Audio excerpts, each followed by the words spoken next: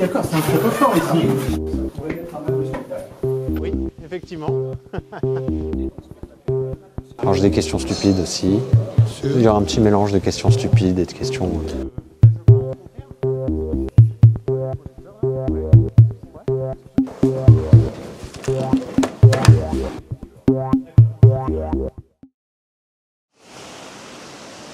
Et hop!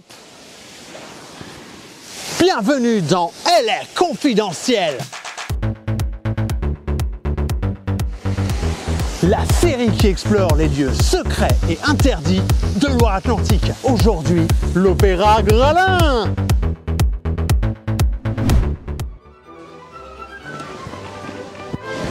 Ah, vous êtes là? Bonjour, on est en plein cœur de ville de Nantes et là, on va assister à la préparation de la chauve-souris de Johann Strauss.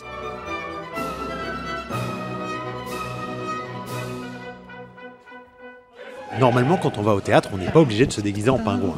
Mais moi, j'aime bien, ça me donne l'occasion de me mettre sur mon 31. D'autant plus que j'ai rendez-vous avec William, le directeur technique de l'Opéra Gralin.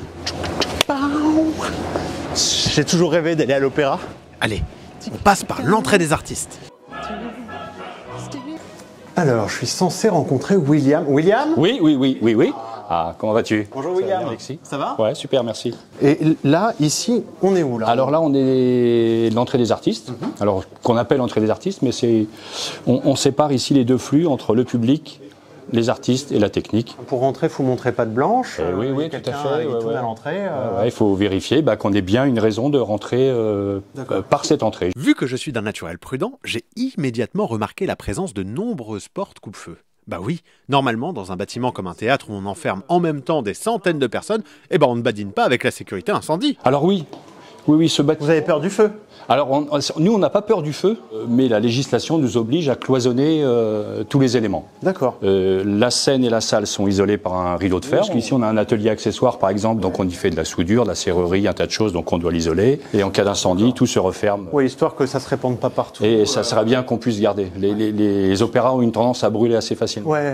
Moins depuis ce siècle. Vous étiez à la bougie avant. Ça a évolué de ce côté? Il y a eu de la bougie, il y a eu du gaz. Ah, sympa le gaz. Et puis, on est passé à l'électricité depuis 1900. Et ici, ça a déjà brûlé ou... Ah oui, tous les opéras en France ont brûlé au moins une fois. C'est une pratique courante. C'est celui qui gagne, celui qui a le moins brûlé, c'est ça? C'est ça, celui qui survit, c'est celui qui se reconstruit. Aujourd'hui, on a de la chance, c'est la grande agitation. Un gros opéra, La Chauve-souris de Strauss, une pièce de 2h15 tout en allemand, est en train de s'installer sur scène. Ah, mais je vous rassure, c'est surtitré en français et il y a même un entracte pour aller faire pipi.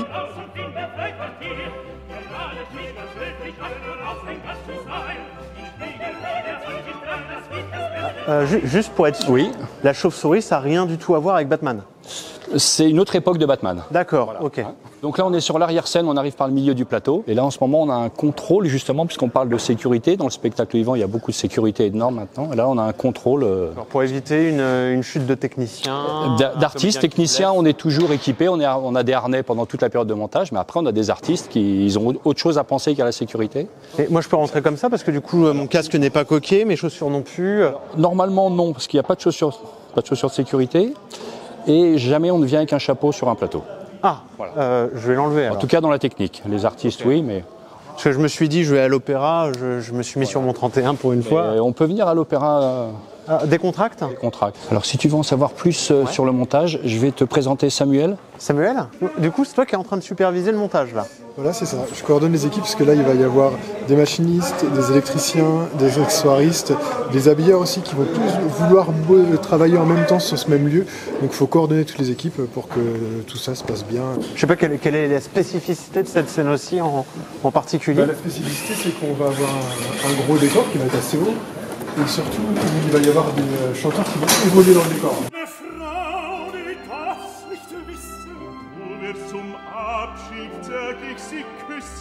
Quand on nous présente le projet d'une maquette comme ça, c'est de se dire combien il y aura de personnes dans les étages? Est-ce qu'il va falloir que ce soit assez solide pour tenir par exemple un chœur entier qui va chanter dedans, ou est-ce que c'est juste des solistes qui vont apparaître aux fenêtres? C'est génial. J'ai envie de tout voir en fait, j'ai envie de tout explorer, tout voir. Là, vous avez combien de hauteur là, sous le plafond? On a 17 mètres. 17 mètres? Ouais. Ça va, vous rentrez les 3/4 des projets quand même? Oh, des fois, on aimerait bien avoir 1 ou 2 mètres de plus. Ah ouais? Ouais. Mes collègues sont en train d'installer une frise. Une frise, c'est juste un tissu de vélo qui va cacher tout ce qui se passe en haut.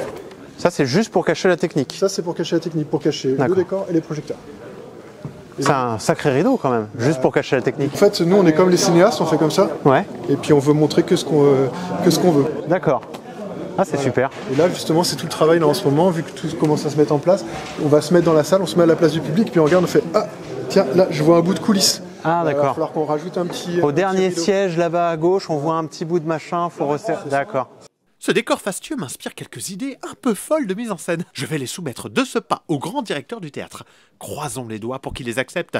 Je deviendrai, comme ça, peut-être la nouvelle rockstar de la mise en scène. Alain, je sais que ici dans la salle, vous avez monté des spectacles incroyables avec des scénographies complètement folles, comme par exemple du squash, des piscines et tout. Mais moi, par exemple, si j'ai l'idée d'un spectacle complètement déglingo, où on accrocherait tous les spectateurs au plafond.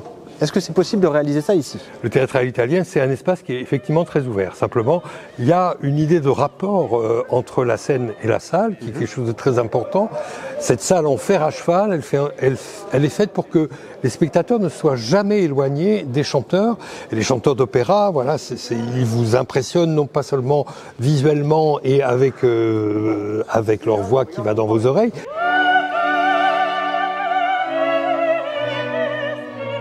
Mais c'est aussi quelque chose qui parle du corps à corps, en fait. Donc si, par exemple, cette idée-là, par un grand metteur en scène, elle contribue à ce lien-là, et que techniquement c'est faisable, vous l'envisagez? On peut tout envisager, il faut tout envisager. L'opéra se nourrit toujours d'innovations technologiques. On a inventé des choses formidables. Les dieux qui descendent, vous voyez, de là-haut, du cintre, sur des fils.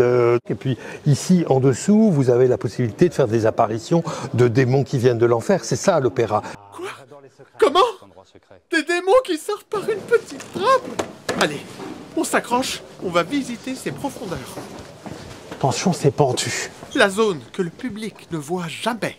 La zone au-delà du réel. Et là, on a les dessous de scène. Là, on arrive sous la scène. Voilà, tu vas te repérer assez facilement.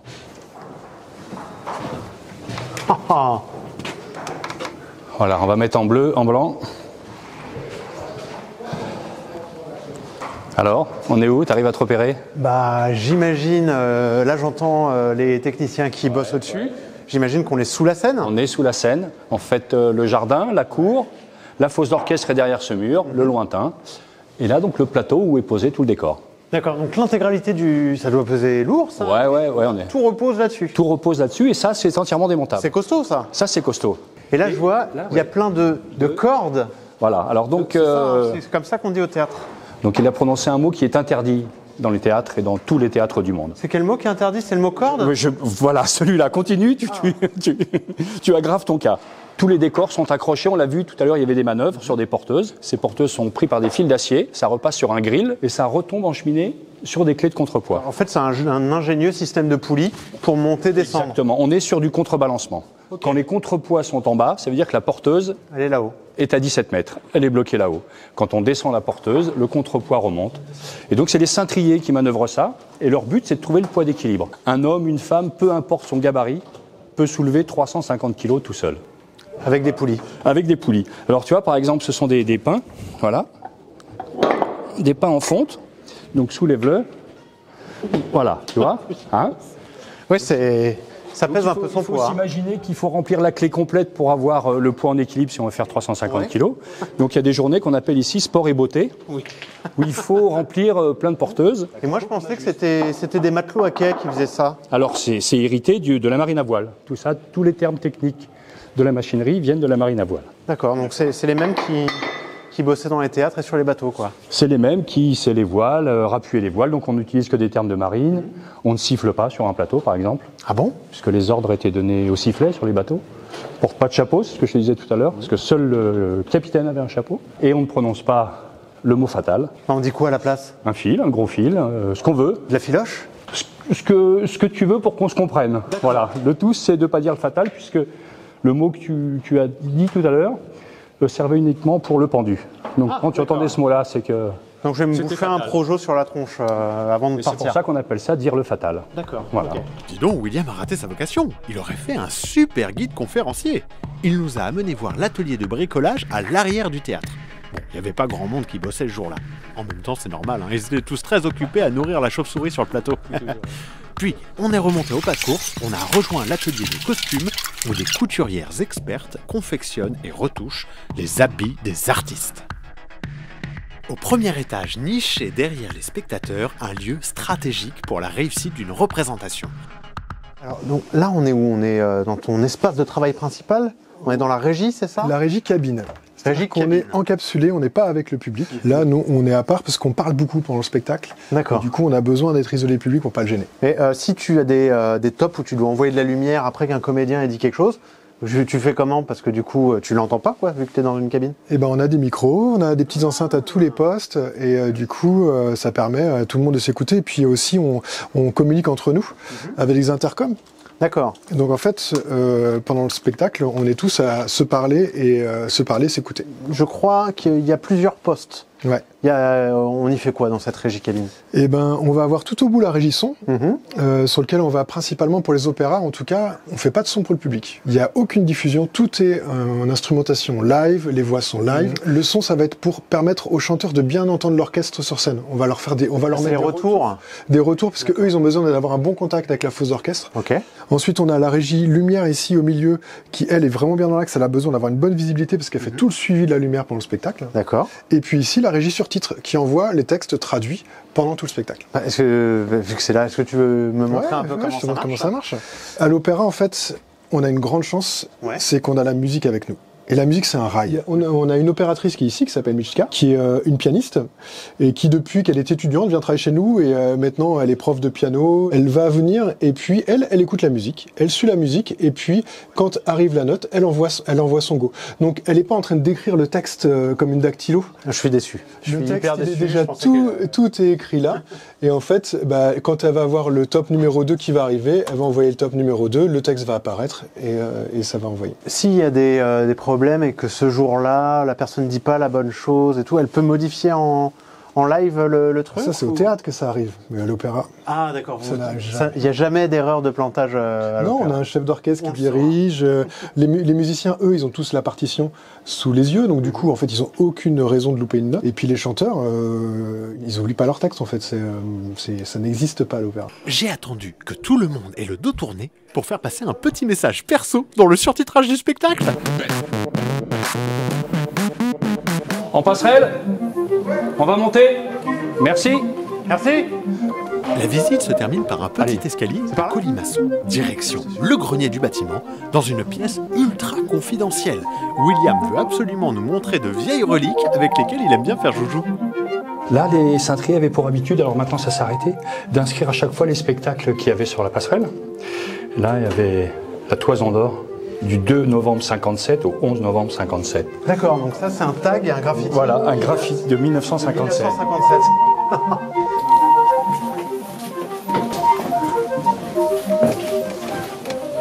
Alors, écoute-moi, je peux te transformer en demi-dieu.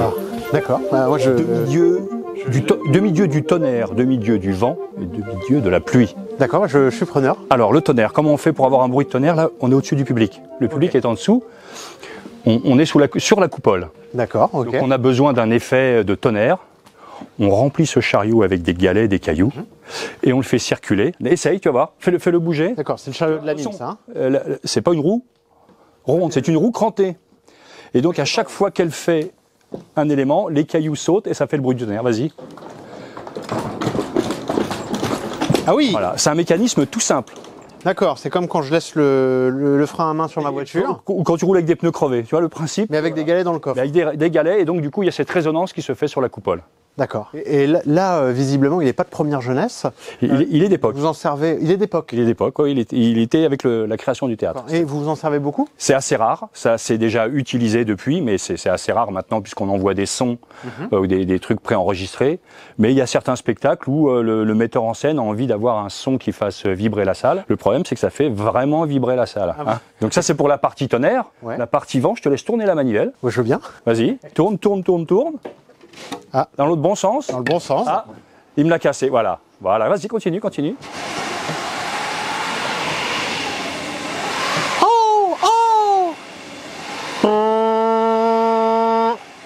Là, je me crois en Bretagne. Ah bah là, on y est. C'est génial, c'est une machine à vent. Machine à vent. Et après, si tu veux faire de la pluie, on a la machine à pluie. Donc ici, on y rentre du sable. Pareil, tu peux tourner la manivelle. Je veux bien. Hein. Donc par le trou, on met du sable. Voilà. Petite pluie. Petite pluie. Donc c'est d'époque, tu vois, les mouettes viennent aussi fréquemment quand il pleut. Effectivement. Là, dès qu'on veut faire une tempête, on y en met un à la pluie, un au vent, un au tonnerre. Allez Hervé, envoie. Voilà, mais à l'époque, ils n'avaient pas de casque. Comment il se passait? Il y avait Sifflet. une chaîne humaine. Au sifflet. Voilà. Et donc pour que ça s'entende dans la salle, Ouais. maintenant on a mis cette porte-là parce qu'on a d'énormes coupe-feu. Mais ici, il faut s'imaginer que tout ça était ouvert à l'époque. Ouais. Et donc on est au-dessus du public. Là, on est sur le treuil du lustre. Oh. C'est-à-dire que chaque année, on descend le lustre pour changer des ampoules, le nettoyer. Et donc, le son était absorbé par le centre de la coupole et redescendait dans la salle. Et c'est ça qu'on appelle l'œilleton. De là, on peut tout voir, mais il y a d'autres lieux qu'on ne peut pas montrer encore. D'accord. Tu en sais déjà beaucoup trop. William m'a réservé une ultime surprise bonus. Une sorte de clou du spectacle. Un lieu incroyable, mais habituellement totalement interdit. Je vous laisse découvrir ça avec moi. Je t'emmène dans un endroit interdit. D'accord. Tu ne le dis à personne, tu ne le montres à personne. D'accord, ok, je garde ça. Voilà, tu gardes ça pour toi. Là, on est au-dessus de la coupole. Et là, regarde, une petite porte. C'est un peu Notre-Dame de Paris. Hein. Ah, moi, les petites portes, j'adore ça. Hop. Voilà, les fameuses muses, le toit de Gralin. Eh ben, je pensais pas les voir de si près un jour. Voilà. Bonjour mesdemoiselles, ravi de faire votre rencontre. Ah William, Oui. merci beaucoup de m'avoir présenté cet endroit. Alors est-ce que après les spectacles avec les artistes, les équipes techniques, vous venez ici pour faire la grosse chouille? Alors, je vais juste te dire une chose. Là, tu as un privilège parce que personne ne monte ici. L'accès est strictement interdit. C'est interdit déjà par le fonctionnement même de l'opéra. C'est interdit par la préfecture. C'est interdit par la mairie. Grâce à notre autorisation de tournage, je peux accéder à ici. ton autorisation de tournage, à ta gentillesse, ta bienveillance. On te ramène jusqu'ici. Voilà, tu as fait le tour de notre belle maison. Je me sens hyper privilégié. Ah, on est bien. On est bien dans cette belle cité de Nantes. Juché au sommet de l'opéra Gralin.